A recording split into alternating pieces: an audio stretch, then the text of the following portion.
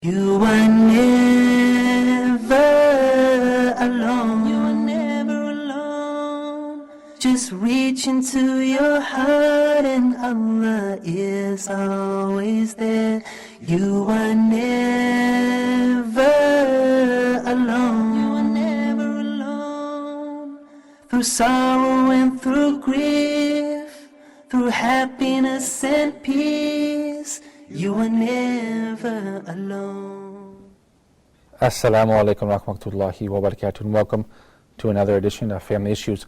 Inshallah, we are live, so please feel free to give us a call. We look forward to your feedback and your thoughts and inquiries as well. In this episode, inshallah, we will be joined by a special guest via telephone, as well as two special in-studio guests. Via telephone, we will be honored to have with us a professor from Al-Azhar University, Dr. Mahmoud Danawi. In the studio with me now is Brother Elias Townsend from the UK, a revert to Islam and also a student at Al-Azhar University, inshallah. And in the second segment, we certainly hope to have Brother Mustafa Moore.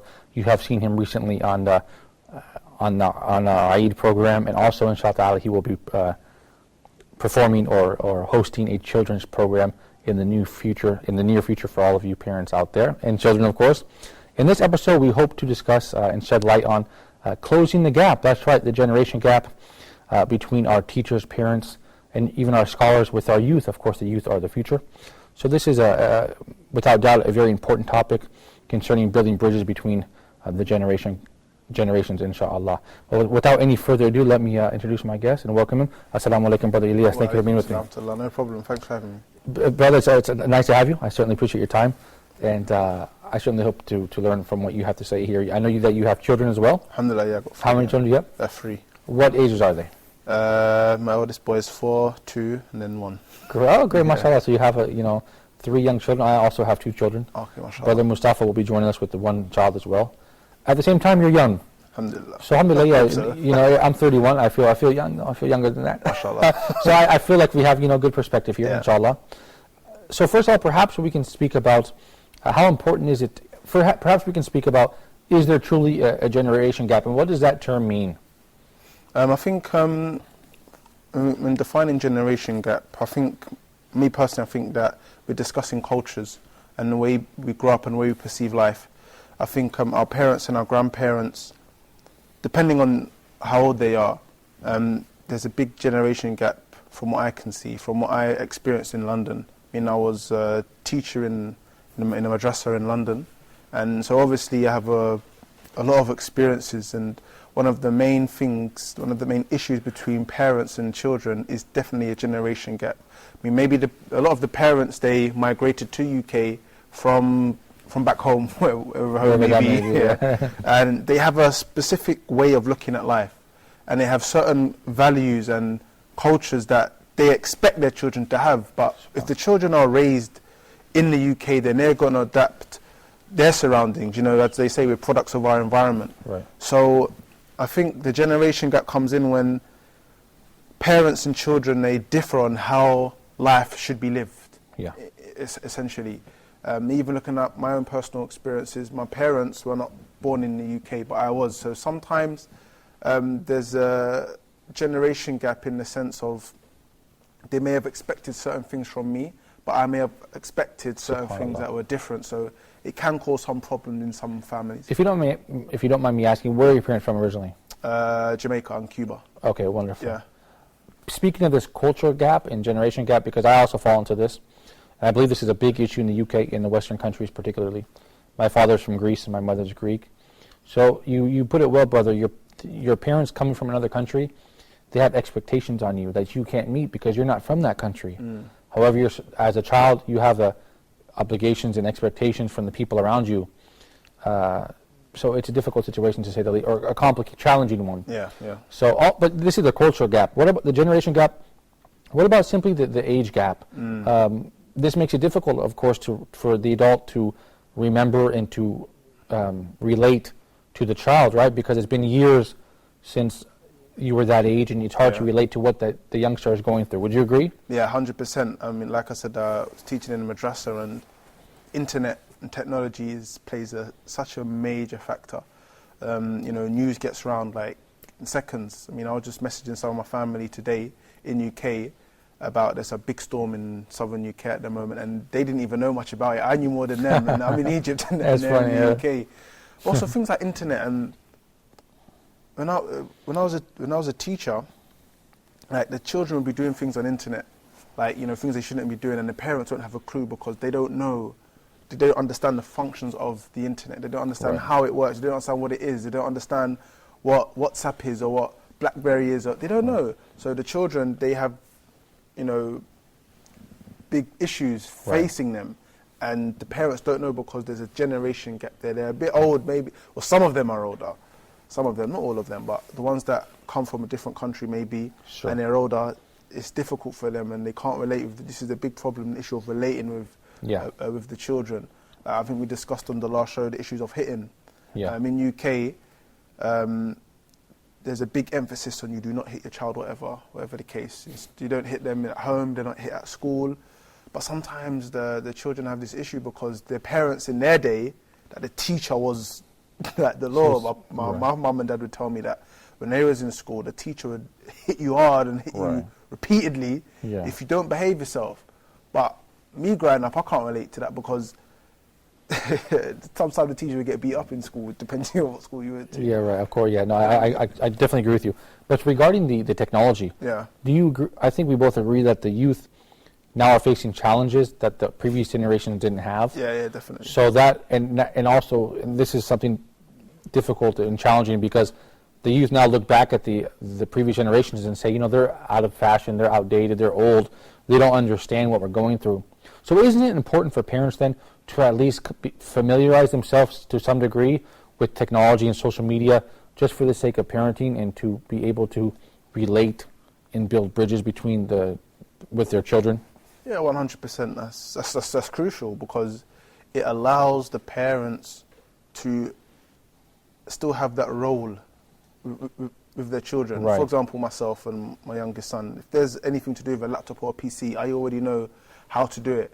So I can steer my children away from certain dangers that they may face on the computers or anything to do with a mobile phone, I'll know. But let's say in 10 years' time, if I'm alive and all alive, then I will need to try to keep up with all of the technologies because I know firsthand what dangers it can lead a person into because obviously we've experienced those things for ourselves. So certainly it is crucial that the parents know exactly what the children are using and exactly what things that they can get up to, what dangers they face, what are the benefits involved. They need to know because at the end of the day, we're all shepherds and we're all going to be asked about our flock. Our flock, yeah. Yeah, subhanAllah. Yeah. Great point, brother.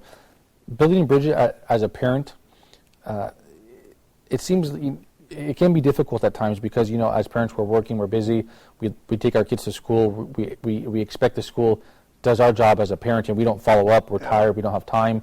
There's many excuses, in this regard. But how important is it for the father of the son and the father of the daughter and vice versa with the mother to build that relationship with them? And how can we build relationships and build bridges with our children? I believe, brother, activities, being active in their education, reading books, playing games with them as well, sporting activities, taking them to community events, all these are important. I believe as a father and a mother, we have to be active in our kids' lives in order for the child to respect you and to love you and to listen to you. So I believe this is how we can build bridges between parents and children. What do you think, brother? No, I agree 100%. I mean, the Quran, it speaks extensively about the relationship between father and son, or father and the rest of the family. Or the Quran and a hadith, they point us towards family unity and a close-knit. For example, the hadith, Jannah is at the feet of your mother. Who should you love most? Your mum. Then who's next? Your mum, etc. All of these things, it lead us towards having a strong family unit. But the thing that we need to understand is that, of course, the Quran says something, we accept it and we follow it, but there's a reason for it, And one of the big issues that we face is breakdown of family relationships. In the UK, again, that's your environment. It's very strange for family to sit down and eat together. Very, very strange. It's not something which is done. I mean, with microwaves and TV in each room. Work and busy. So the child raises himself or the computer raises him, or he Yeah. goes outside on the street and the streets raise him. Subhanallah. So the family relationships, they break down straight away. Right. Because the father's working maybe, the mum's working maybe, and they're all expecting maybe the school to look after the children, to cultivate the child, or they're expecting, the friends outside, they're expecting them to be good, and maybe they're not. So, like you said, having activities together is very, very important. If you look at the life of the Prophet ﷺ, we actually find that. Just find examples of the Prophet ﷺ praying and Hassan and Hussein jumping on his back whilst he's in Salah. And one time he's on the khutbah, he's on the minbar, and his grandsons come and he picks up his grandsons and he's holding them whilst he's giving the Jummah khutbah. We find that even when the Prophet ﷺ is being tortured, when he's praying and the non-Muslims, they come and they put the guts and everything on his back in front of who? His young daughter Fatima, radiallahu anha. So we find that the young children, the young family members were always around the Prophet ﷺ. He was with them, the activities with them. We have Anas bin Malik, who was the servant of the Prophet ﷺ. The Prophet asked him to do something, Anas bin Malik, he didn't do it. And the Prophet ﷺ came back later on and asked him, have you done it for me? And Anas said, I didn't do it, and then I went and done it. Right. So we have these examples of the Prophet ﷺ actually doing activities with the people, with his family members. So for us now, we obviously take the Prophet ﷺ as an example. لَقَدْ كَانَ لَكُمْ فِي رَسُولِ اللَّهِ أُسْوَةٌ حَسَنَةٌ. In the Messenger of Allah, you have the best example to follow. So we need to try to do that as well. We need to incorporate that in our lives, because we can't expect our children to be great Muslims. It takes work. Thank you, brother. And I appreciate those examples from the biography of the Prophet, peace be upon him, because oftentimes when you bring your small child to the masjid, people complain, it's a distraction. They say leave them at home. But I always say, hey, this is our future. So I can't wait till my kid's 10 years old to tell him, hey, you better start praying now. I want to train him now. And that's my opinion, and I start doing that young, and that's why I try to bring him, and I should do it more often also, to the masjid. Thank you for bringing that up. Brother, we spoke about parents building bridges with their children. How about teachers? How can because you were a teacher yourself in the UK, okay? Yep. So how can a teacher prevent himself from being kind of like this old guy wearing a suit and tie, like this distant guy who just gives the lecture, who gives us invaluable theoretical, not useful situations, and the kid sits down playing with his iPhone and not really learning or taking anything important from him, special, not building it. So how do you work to build a relationship and maintaining that professionalism so they still respect you and don't treat you as a friend? How do you? What's the trick? How do you do that? It's very difficult. I think for myself, when I was teaching, because I was a non-Muslim at one point, and I wasn't that much older than the children I was teaching, just maybe a few years older. So I'll come home from university and start and teach. So how old were they then, like 15 or something? 15, 16. And you were 22? 19 at the time. Oh, okay. When I first started. And so I can relate with them. I know what they're going through. I know the problems that they face. Maybe some of the other teachers that weren't from the UK, and the children get in trouble, told them to stand up, put their hands up, or these kind of things. And the children, they just couldn't relate with them. Or with them, it was difficult for them. So they didn't respect them, and they told them to sit down, they wouldn't sit down. They rebel against them because maybe the madrasa was a bit strict, and the school, the non-Muslim school that they go to, the state school, was just kind of do as you wish. Right. So I think I was given a great piece of advice, and someone told me there's a difference between being friendly and being someone's friend. Great. Explain that. I like the way that sounds. It's like you can be friendly with a student, but if you're their friend, then you bring your level down, right down, and it's difficult for the child to then respect you as a teacher. That's a great point. Be friendly, but don't be their friend. But this is very difficult, a technique that this divides the successful teacher from the unsuccessful teachers. I had a short experience teaching, and I was not good at it because I couldn't create that link. I couldn't navigate that fine line. Number one. Number two, if there's a culture gap, it also doesn't work. Yeah, big time. I believe this is a problem also. So if you come from a different culture from the students, they think you're some like funny guy that this guy's, whether it's here in the Middle East or vice versa. Yeah, definitely.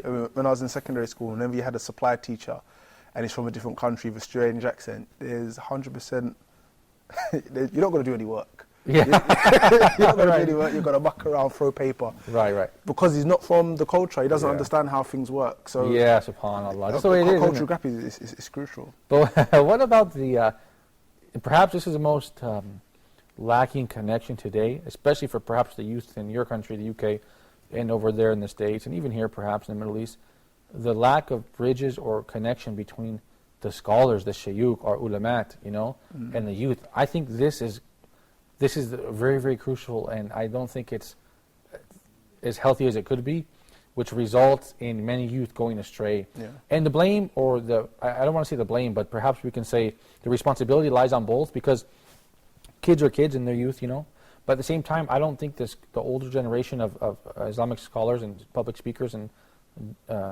callers to Islam really make an effort to get down on their level, because they become older, they have knowledge, and they see it perhaps as, what's the word I'm looking for? Mundane. Right, but it's like not below them, or petty. Petty, yeah. Or something. So I think now that there's a big disconnect between the youth and the Muslim scholars, they look at them, hey, these big guys with big beards, they don't know what's going on with sports and music and girls and all the stuff that the youth get distracted with. Yeah. So how can scholars stay relevant for youth? I think the issue of relevancy is crucial. And I think, first and foremost, if we raise our children to actually respect Islamic knowledge and respect Islam and respect Quran and Sunnah, then they will naturally they will gravitate naturally towards the scholars of Islam. At the same time, I think it's important for scholars to address the relevant topics concerning youth. Yes, thank you. When we was in Lewisham, I remember at one point we wanted to have like a talk on Muslim gangsters, because there was a lot of Muslims, even up till today, they're involved in gangs, drugs, and these things. So one of the amazing things about the Prophet ﷺ was that he would always talk to people according to their level, speak in a way that they can understand. This is the way Allah sent the prophets and messengers, speak in the language of the people. So if you just bring in someone who's not from the culture or doesn't understand it, and he just says this is haram, the children are not going to understand it, and they're just going to, who's this man who, he doesn't know what we're going through. So, Dr. Fiq, I want to come back to this topic. We do have a special phone call guest from Al-Azhar University, Dr. Mahmoud Adnawi, Professor of Islamic Studies there, and we're very pleased and honored to have him with us. Dr. Mahmoud, assalamu alaikum, brother. Doctor, can you hear me? How are you? Really, I'm doing fine by the grace of Allah. Thank you so much for calling. We certainly appreciate your time. Dr. Mahmoud, today we're speaking about building bridges between generations. Perhaps you can speak as a professor of Islamic Studies at Al-Azhar. How important is it for you as a professor there to build bridges with the younger generation, to bring them information about the religion of Islam in a relevant way and in an interesting way? How can we do that? And how important is it also to build bridges between parents with their children and teachers and their students as well? Yeah. Actually, this is a very important issue that we really need to talk about, and thanks for raising this topic, which is very important. I think there must be a kind of dialogue with the generations, and some scholars need to change the way they are talking to such generations. Because nowadays, for example, young men are interested with technology and these things, so we try such tools to come closer to those people and try, of course, to bring them or come to what's called common ground with different generations. So we shouldn't have any kind of gap between, for example, scholars and young generations, and we need to work hard to get rid of such things and try to bring them to Islam, to understand Islam. And Islam is the most amazing thing about this religion, that it matches all times. We can't say that Islam, for example, is just suitable for a long time ago, but now, no, Islam is every time. So it's a complete system of life in a way. Thank you so much, Dr. Mahmoud. I certainly appreciate your time. Dr. Mahmoud, I know that you, as a professor at Al-Azhar University, you are actually very active on Facebook as well. So how important is it for our Islamic scholars to use the new means of communication in order to reach the youth, whether it be Facebook or iPads and iPhones? How important is it for them to reach the youth using those new communication means? Yeah, these things, or these, for example, tools like the Facebook or Twitter or these social networks, are like what's called double-edged weapon. But if they could be used nicely, wisely, according to the instructions of Allah subhanahu wa ta'ala, according to the Islam, because Allah says in the Quran that وَسَخَّرَ لَكُمْ مَا فِي السَّمَاوَاتِ وَمَا فِي الْأَرْضِ. Everything in the earth has been subjected for our own service. So these things could be used nicely in a way that Allah subhanahu wa ta'ala pleases. Like, for example, to spread Islam, to talk about da'wah, to try to promote for good manners, for virtues that the Prophet ﷺ came with, and of course we can do a lot, and we can get more progress and improvement, inshallah, by using these things in a way that Allah pleases. Thank you so much, Dr. Mahmoud Al-Dinawi from Al-Azhar University. Jazakallah khair. Jazakum Allahu khairan, Doctor. We certainly appreciate it. We look forward to seeing you in the studio soon, inshallah. You guys at home, stay tuned to this episode of Family Issues, where we are discussing closing the generation gap between parents with their children, teachers, and their students, as well as the Muslim scholars and the Muslim youth. Stay tuned. We'll be right back. Never alone. You are never alone.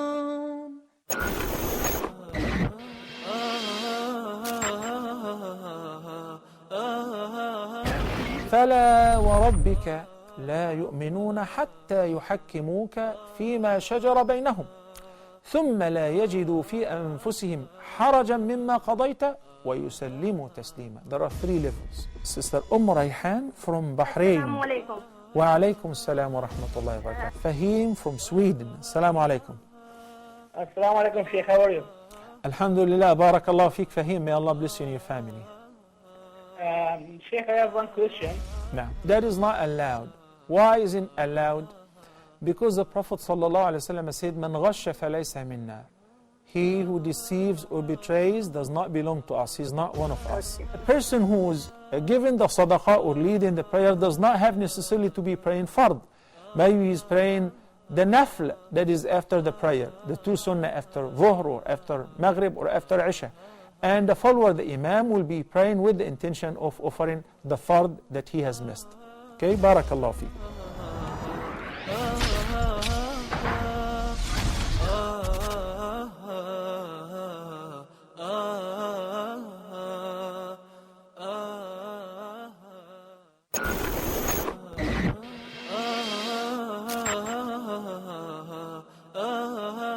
Reading the Quran is a blessing. Understanding its translation is beautiful. But diving in depth and extracting pearls from it is simply amazing.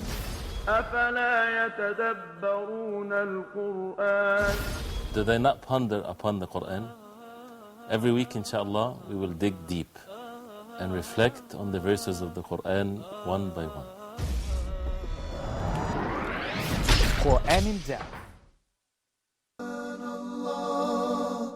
والحمد لله ولا إله إلا الله والله أكبر سبحان الله والحمد لله ولا إله إلا الله والله أكبر سبحان الله والحمد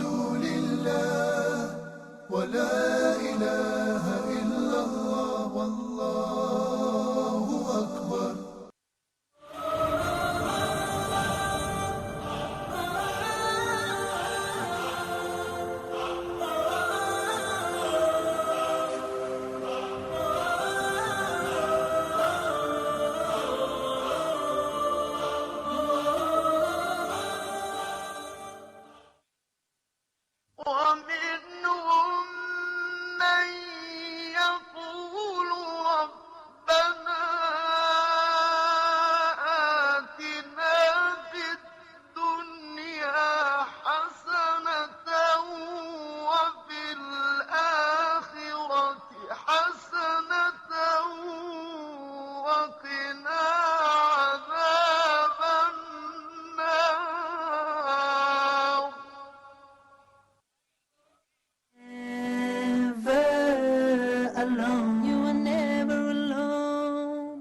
Rahmatullahi wa barakatuh. Welcome back to Family Issues. In the second segment, we're joined by, once again, who was with us in the first segment, Brother Elias Townsend from the UK, revert to Islam, and a father of 3. And also, Brother Mustafa Moore. Inshallah ta'ala, you will be seeing Brother Mustafa soon on a children's program that has been brought to you actually by your request, inshallah. Assalamu alaikum to both of you. Wa alaikum assalam to And Brother Mustafa, welcome to the program. Jazakallah khairan. I'm glad you made it. I think there was some traffic on the way. Or Yeah, a bit of traffic. A bit of traffic can brighten up the day, I suppose. And inshallah, also, we're going to have some Facebook comments, you guys, that I'm going to read concerning this topic. Okay. Brother Elise was talking about in the first segment the gap, perhaps, between Muslim youth in the UK and Muslim scholars. And I believe this is relevant for Egypt as well, and possibly in the States as well, Brother Mustafa. Do you believe that the Muslim scholars now perhaps can be a little bit out of touch with the youth, and this creates a disconnect? And this is important to speak about, because if the youth are disconnected from their scholars, then they're disconnected from the religion. Yes, that's true. We suffer from a little different thing in America. Like the scholars, they don't like the situations that we come up with. Some of the scholars like, wow, they're like, this shocked, Right, because right. The situation. So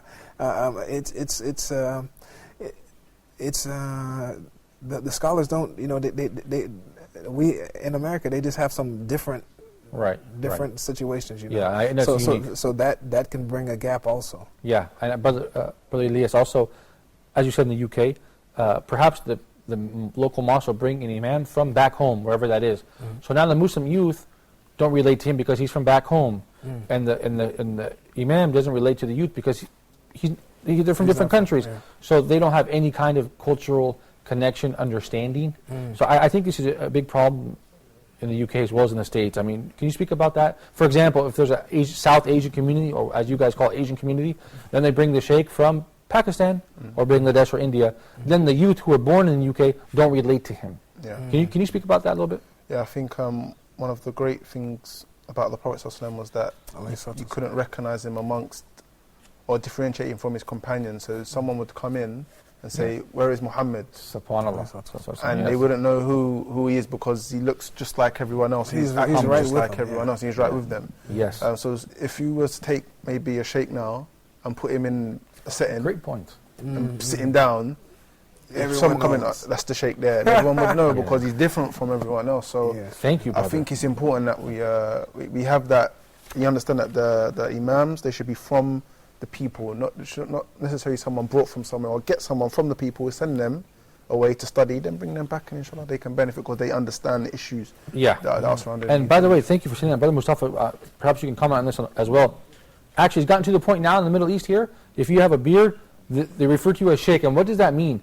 That means you're supposed to be the good practicing Muslim, but me, I'm just a normal guy. No, I can be a normal guy, Yeah. but you are the sheikh.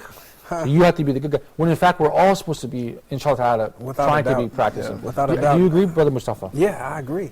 But one thing that people need to know is that a sheikh is one of 3 things, and outside of these 3 things, no one should be called a sheikh. Okay, first thing is a sheikh is a man who's older, a Ragul Kabir. An old man. Older man. Yeah. The next one is a rich man, a very rich man. Okay, a very rich man, he could be called a sheikh also. Okay. But of course, the favorite is the one with knowledge. Okay, and I mean like real knowledge, not someone who sat up reading a book all night. Right, I mean someone yes, So I mean, outside of that, no one should be called a sheikh. Right. So the word it's a status. It's not just But now nowadays people are just sheikh. Right. It's lost its value essentially. Yes. Because it's used frequently. So yeah, I couldn't agree with you more. And also this divide now between the perceived sheikh and the regular people, that's not good as well. Yeah. I mean, and the people. Like you said, we're charged with knowing. One of the first things, one of the things that Allah Azza wa Jalla says is no. So knowledge is incumbent upon us. So it's wajib. It's Right, yes. We have to learn. So like the brother said, if you got someone who's from a situation, And maybe if you send him away and let him study and then come back, you know, he knows the situation better than anyone from the outside. You know, he's the man. You know, Right. Yeah. so certainly. this is what the people should do. You know, they should. I mean, it would benefit the community also. You know, if like say if a masjid says, okay, look, we're going to take our money, we're going to pool our money, we're going to take this brother, we're going to invest in him, we're going to send him to this location and then let him learn, and then when he comes back, he's going to teach everyone. Yes. You know what I'm saying? Because they need to know also. Yes. You know, Yeah, exactly. You know, so, you know, but I mean, you know, people are, you know, I don't know. No, I like your point though.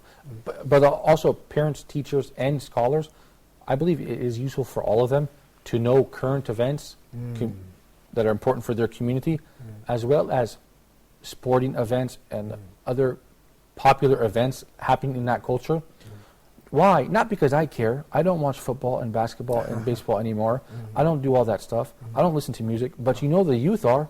So if you don't know about it at all as a parent, a teacher, or a sheikh, a man of knowledge, then you've disconnected yourself with the community. So I believe it's important to have knowledge and also to be aware of what's going on in order to relate to your students, your children, or your flock, as we said. Do you agree, Brother Elias? Yeah, 100%. I mean, even sometimes when you have a sheikh come and give a lecture on, he makes like a little joke about Tupac or something like that. It's helpful, right? All of the people listening are laughing, and It's helpful, right? it's helpful. Yeah, Because they can relate to it. You know what I mean? Yeah. So, but on the other hand, if the sheikh comes and gives a joke about something that no one, Sheikh Rabi, It's funny for the wrong reason, right? he's laughing, but, you know, Yeah. and you don't really know why. Yeah. So it's important to have that link. And like we said, like the shuyukh, they should be from the people, so they should know how to relate. And it's like when we was back in UK, like the imam would play basketball and he was good, like mashallah, he's like not just treating him nice because he's the imam, but he was actually good. Right. So just that, like, it gives you a kind of respect for him and mutual respect. Yeah, mutual respect because he's actually good. And yeah. We're going to take a look at this Facebook comments, inshallah. You guys get on Facebook, www.facebook.com/HudaTV. We posted this question online there, and we will read those comments shortly when we get those up on the screen. Please continue to like and share our Facebook page, you guys. It helps us know what you guys need, inshallah. So right when the brothers get there, they are, mashallah. Ismail says, the point is that many of the Muslim men nowadays don't pray regularly, listen to music, and watch TV programs, including wasting time, seeing non-mahrams, etc. Great point. In such situations, how can a mother teach her children, especially sons, that the real laws and principles of Islam?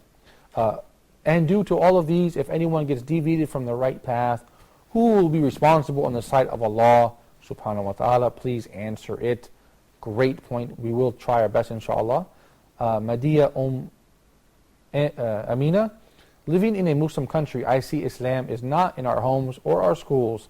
SubhanAllah, some people pray and some don't. In each house, everyone listens to music and watches soap operas. They hardly watch the news, let alone pray for our brothers and sisters in other countries. It isn't any wonder why war is going on from country to country. There are no bonds or Islamic brotherhood between countries. I'm taking upon myself to teach my daughter Islam and putting her in karate classes to prepare her to defend herself for whatever comes out. We truly are strangers in this world. May Allah help you, sister. Thank you for that wonderful comment. Brother Halid Al-Kilani from Dar Al-Luqman Hakim International School. Please support Dar Al-Luqman Hakim International School. Brother Halid is a teacher there, and he says, there are three important pillars in any education system. Parent, student, teacher. That's parent, student, teacher.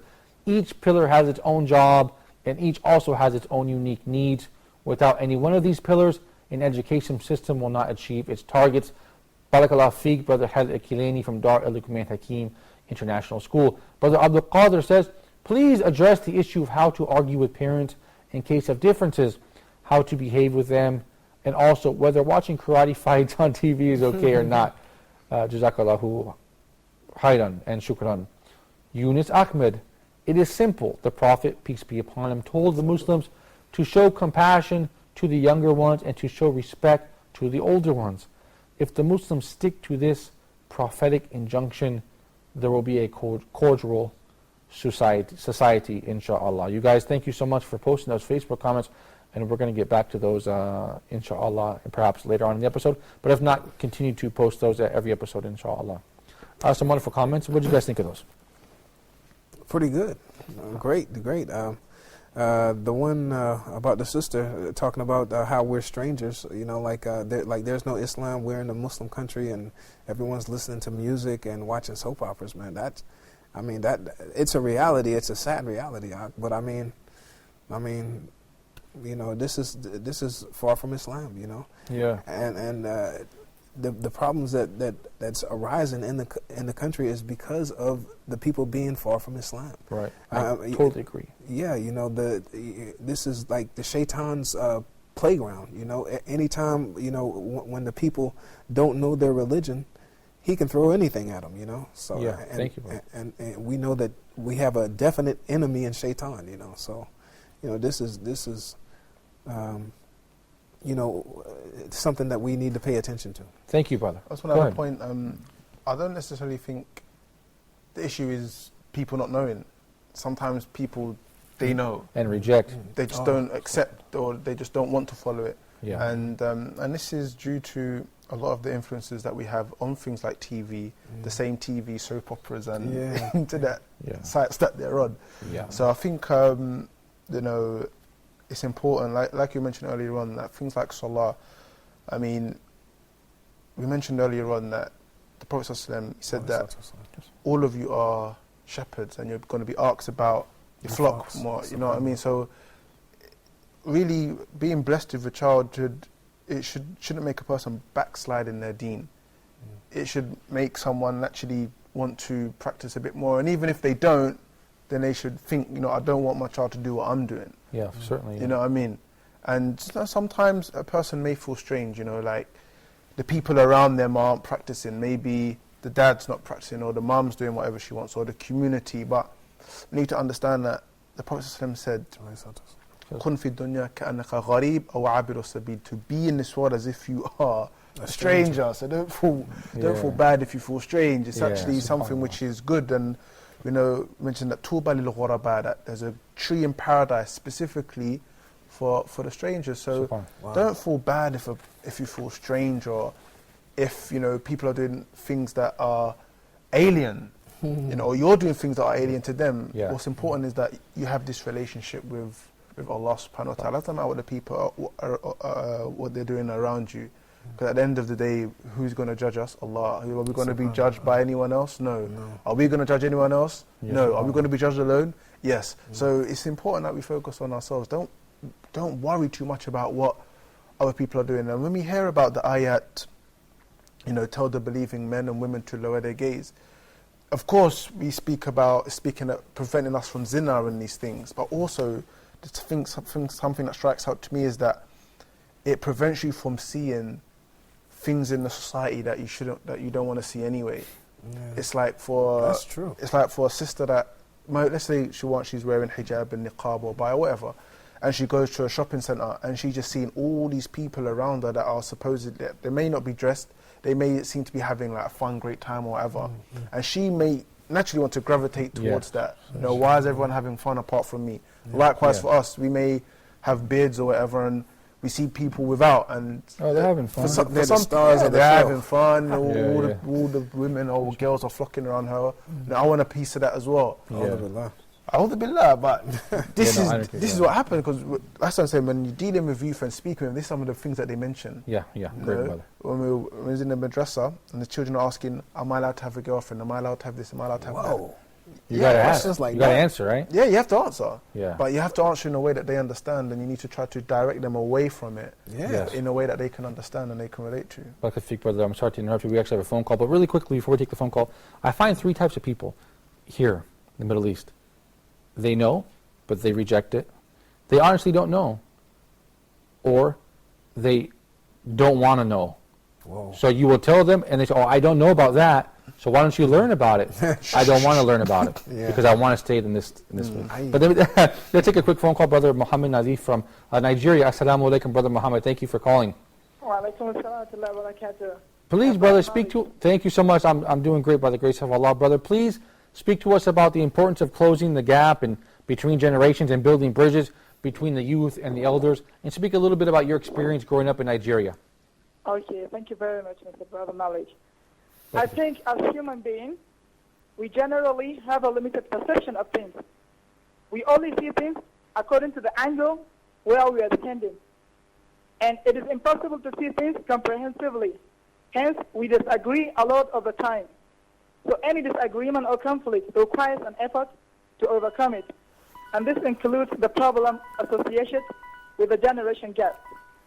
Many people complain of generation gap and talk about how to bridge it. When we look from the Islamic point of view, we can say that there are two types of generation gap, negative and positive. Negative generation gap means lack of communication, lack of respect, or lack of trust and care between one generation and the other.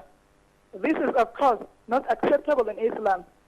There is, however, a positive generation gap, which means independence, self-reliance, open-mindedness, fresh ideas, and fresh blood. This brings progress, growth, and development of culture and civilization. Islam stands for balance, without any extreme in any matter. Islam accepts the positive and rejects the negative. Islam doesn't teach ancestor worship, but teaches respectful relations. The Quran has criticized, on the other hand, the ancestral traditions that are devoid of the means dinul aba. But on the other hand, it has honored the righteous of tradition and the pious for fathers. So, when you are talking about how to bridge the generation gap, we can see in the Quran, for example, we have a great example. We can see people like Osama ibn Zayd, who led the Muslims when he was only 17 years old, after the death of the Prophet Muhammad sallallahu alaihi wasallam. Many of the older and renowned companions fought under his command.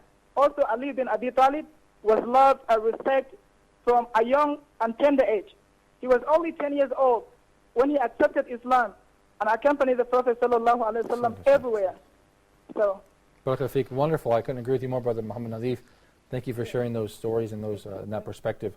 I certainly appreciate it, brother, and we look forward to having you in the studio soon, inshallah. You guys want to go back to Facebook.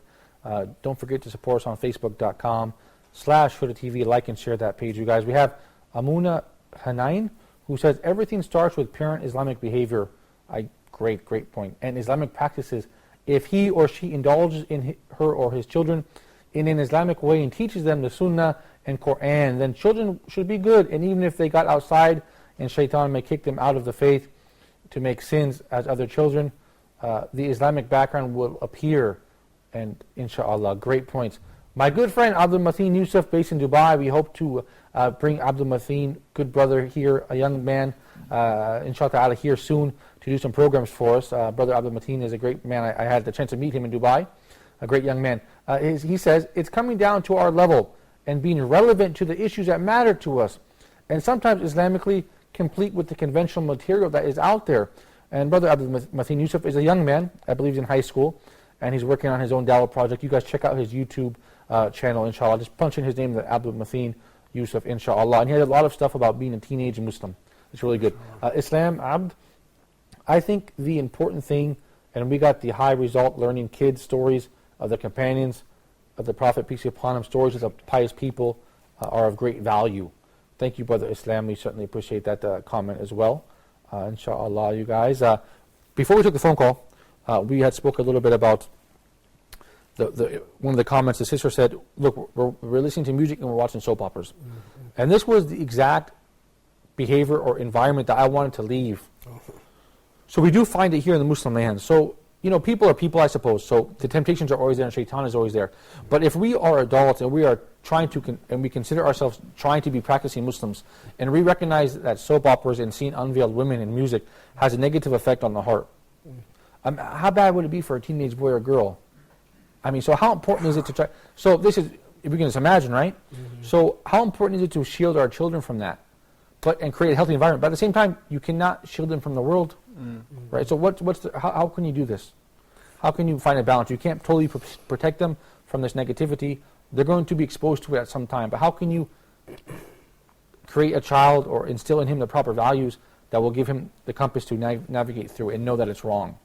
Well, like one of the sites, one of the suggestions said, teaching them the Sunnah.